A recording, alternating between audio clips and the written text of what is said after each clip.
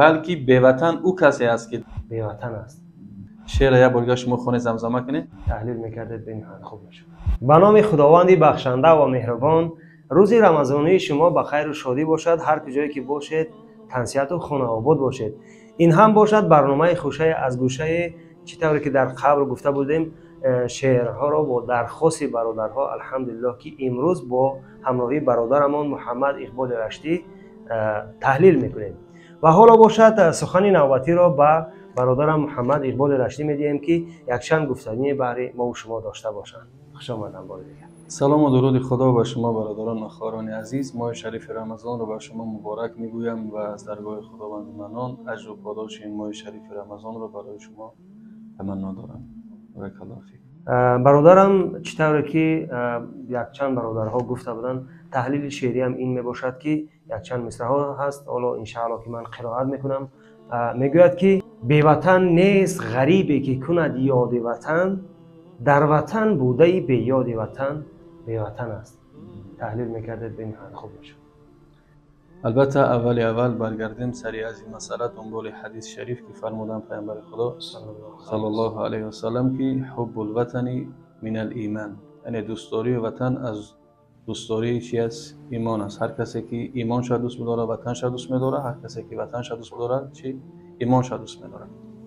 به این خاطر این شاعر تشبیه کرده است شعرش یا خود مانند کرده است یا خود اگر گرفته باشد هم چی نمیشه، سهو نمیشه از او که جناب پیامبر خدا وقتی که حضرت معاذ خواستن به یمن فرستن برای درس یا برای یک نقشه یا که یگان کاری، حضرت معاذ خیلی و خیلی به قول توشکی بگم زیغ شدن، غمگین شدن که من چگونه دوری شما را ای رسول خدا تحمل میکنم در یمن که من از شما این قدر دور میشم.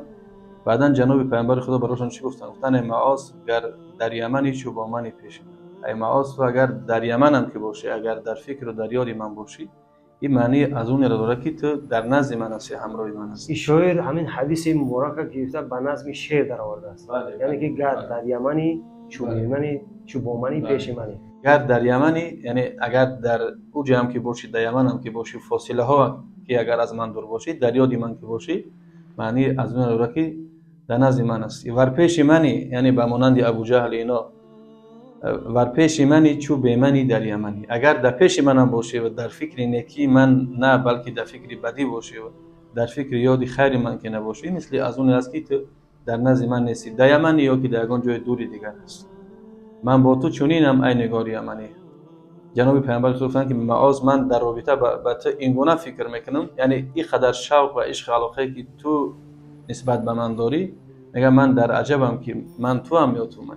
از این عشق علاقه تو من تعجب میکنم که معاذ من است یا که من او هستم. من صد معاذ است. ای بارک الله. ای شاعرم عیناً همین چیزا در نظر داره که بی وطن نیست غریبی که کند یاد وطن.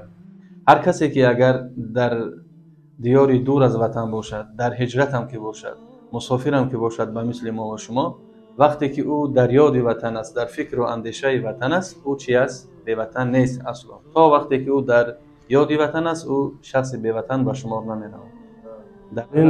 دویم مثلش اینگونه میباشد که در وطن بوده به یاد وطن بی وطن است. بلکه بی وطن او کسی است که در وطن است ولی در فکر وطن و در اندیشه وطن نیست. یعنی محبت وطن در قلبش جان داره مصدمه پروره، یعنی او شخص کسی است که چی است؟ بی وطن است. پس ببینید فردی که از وطن دور است او دارای وطن است که یادی وطن میکنه، فردی که در وطن است او بی وطن است چون که یادی وطن نمیکنه. در وطن نیست. ولی این هم برمیگرده به همون حدیث شریف که حب الوطن من الایمان، یعنی دوستداری وطن از دوستداری چی است؟ ایمان است. بارک الله. بار دیگر خیلی خوش آمدید برادرم. و این گونه شما نیز میتوانید که مصرع‌های شعری را در زیر کامنتاری نویسید و ان شاء الله در برنامه‌های آینده خوشه از گوشه الحمدلله ما تحلیل میکنیم و چنین قدرت و توانایی به سمع شما الحمدلله که میرسانیم. و باز هم رسیدیم به فرجام برنامه. هر یکی شما را به خدای یکتا میسپاریم در هر کجایی که هستین، در کسب و کار اون جانتون برکت عطا بکنه و قاری جان در آخر یعنی چند سخن در وصف رمضان و دعای داده باشد که اگر درخت از آب سازد آدم ز دعا. و این خاطر سخن را به محمد اقبال رشتی برادرمون میدیم. مرحمت کنید. بازم در آخر یک بار دیگر ماه شریف رمضان را در عموم به او افرادی که ما و شما را میبینند و گوش میاندازند تبریک میگویم و تمنا داریم که طوری که رمضان در لغت به معنای چی است؟ رمزت است و رمزت به معنای سوزانیدن گناهان. الله کرده باشه که رمضان رمزت گناهان و معصیتی ما و شما گشته باشه و طوری که الله مهربان وعده کردند که دهه اول این ماه شریف رمضان دهه رحمت و دهه میانه از او دهه مغفرت و دهه آخری از او دهه رهایی از آتش جهنم.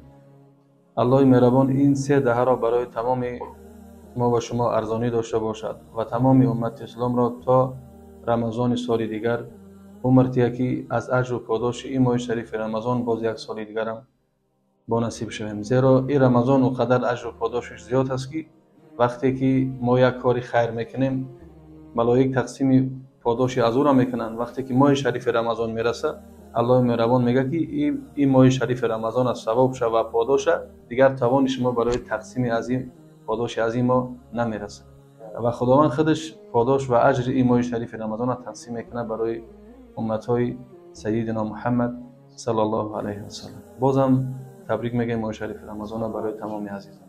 خیر خوش نمیکنیم تا برنامه‌های آینده. خدا یار و مددگار. السلام علیکم و رحمت الله. وجاءنا رمضان باليمن والإيمان تسمو بنفحته